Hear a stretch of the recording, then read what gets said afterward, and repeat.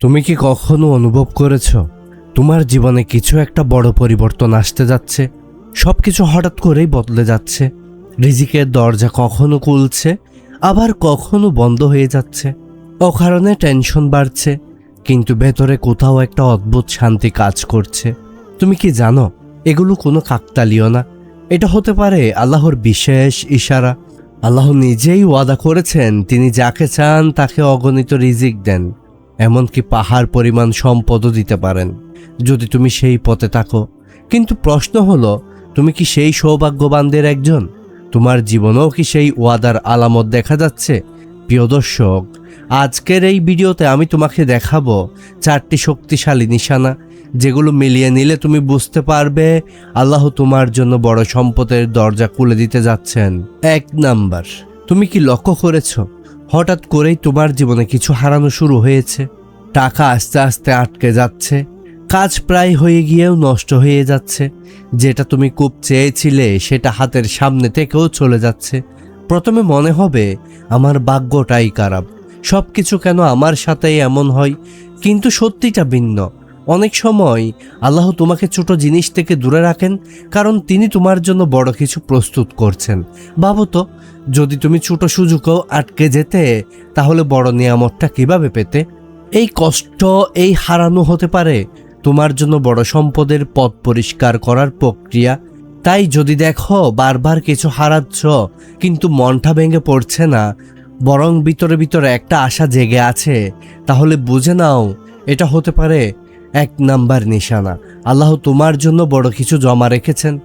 2 number, তুমি কি খেয়াল করেছো ইদানিং তোমার ভিতরে হঠাৎ করেই পরিবর্তন আসছে?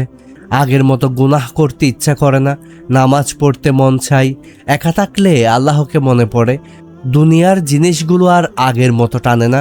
এটা কি শুধু মনের খেলা? না, এটা খুব বড় একটা সিগন্যাল। কারণ আল্লাহ যখন কাউকে বড় নিয়ামত দিতে চান, প্রথমে তার হৃদয়কে পরিশুদ্ধ করে দেন। তিনিই তোমাকে ধীরে ধীরে বদলে দেন, যাতে তুমি সেই নিয়ামত পাওয়ার যোগ্য হও। প্রিয় দর্শক, বুঝে নাও এই পরিবর্তনটা তোমার নিজের না, এটা আল্লাহর পক্ষ থেকে হেদায়েতের দরজা খোলা। যদি দেখো তুমি আগের থেকে বেশি আল্লাহর দিকে ফিরছ আর ভেতরে একটা শান্তি কাজ করছে, তাহলে নিশ্চিত হও এটাই 2 নাম্বার নিশানা। আল্লাহ তোমাকে বড় সম্পদের জন্য প্রস্তুত করছেন। 3 নাম্বার, তুমি খেয়াল করেছ ইদানিং তোমার জীবনে হঠাৎ হঠাৎ পরীক্ষা বেড়ে গেছে, একটার পর একটা সমস্যা আসছে, মাথার উপর চাপ বাড়ছে, কেউ বুঝছে না তোমার কষ্টটা। মাঝে মাঝে মনে হয় আল্লাহ কেন শুধুই আমাকে এত পরীক্ষা নিচ্ছেন। কিন্তু একটু গভীরভাবে বুঝো, আল্লাহ যাকে ভালোবাসেন তাকে বেশি পরীক্ষা করেন, কারণ তিনি তাকে বড় কিছু দেওয়ার জন্য তৈরি করেন। যেমন সোনা আগুনে পুড়িয়ে খাঁটি হয়, ঠিক তেমনই তোমার এই কষ্টগুলো তোমাকে শক্ত করে তুলছে।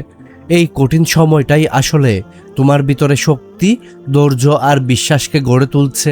যদি দেখো সব কিছু ভেঙে পড়ার পরও তুমি হাল ছাড়ছ না, বরং আল্লাহর উপর ভরসা বাড়ছে, তাহলে বুঝে নাও এটাই 3 নাম্বার। আল্লাহ তোমাকে বড় সম্পদ পাওয়ার জন্য তৈরি করছেন।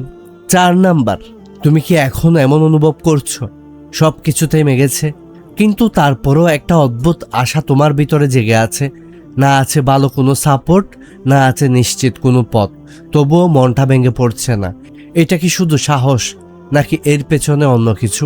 অনেক সময় আল্লাহ যখন কাউকে বড় নিয়ামত দিতে চান, তখন তিনি তাকে এমন এক জায়গায় রাখেন যেখানে শুধু ভরসা ছাড়া আর কিছুই থাকে না। তখন তুমি বুঝতে না পারলে তোমার জন্য একটা নতুন দরজা তৈরি হচ্ছে। সবচেয়ে বড় আলামতটা হলো, সব হারানোর মাঝেও তুমি আল্লাহকে ছাড়তে পারো না, বরং আরো বেশি করে তার দিকেই ফিরে যাও। তুমি যদি দেখো সব কিছু অন্ধকার, তবুও তুমি ভেতরে ভেতরে ভেঙে না পড়ে আল্লাহর উপর ভরসা ধরে রেখেছ, তাহলে এটা শুধু সাধারণ ব্যাপার না, এটা 4 নাম্বার নিশানা। আল্লাহ তোমার জন্য পাহাড় পরিমাণ রিজিকের দরজা খুলতে যাচ্ছেন। এখন প্রশ্ন একটাই, তুমি কি প্রস্তুত সেই নতুন জীবনের জন্য? প্রিয় ভাই ও বোন, তুমি এতক্ষণ 4টা নিশানা শুনলে, কিন্তু এখন সবচেয়ে গুরুত্বপূর্ণ প্রশ্ন হলো, এগুলো কি সত্যিই তোমার জীবনে ঘটছে, নাকি তুমি শুধু কষ্টকে কষ্ট হিসেবেই দেখছো? অনেকেই এই জায়গায় এসে ভুল করে, তারা কষ্ট দেখে ভেঙে পড়ে, কিন্তু বুঝতে পারে না এই কষ্টের ভেতরেই লুকিয়ে আছে আল্লাহর বড় পরিকল্পনা।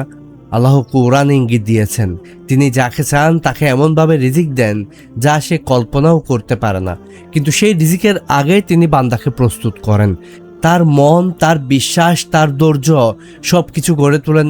তাই তোমার জীবনে এই সময়টা শেষ নয়, এটা হতে পারে একটা নতুন শুরুর প্রস্তুতি।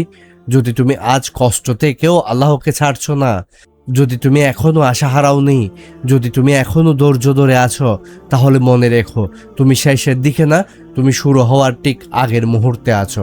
এখন সিদ্ধান্ত তোমার, তুমি কি কষ্ট দেখে থেমে যাবে নাকি বিশ্বাস নিয়ে সামনে এগিয়ে যাবে? প্রিয় দর্শক, শেষ কথাটা মনে রেখো, আল্লাহ কখনো খালি হাতে ফিরিয়ে দেন না, তিনি শুধু সঠিক সময়েই দেন।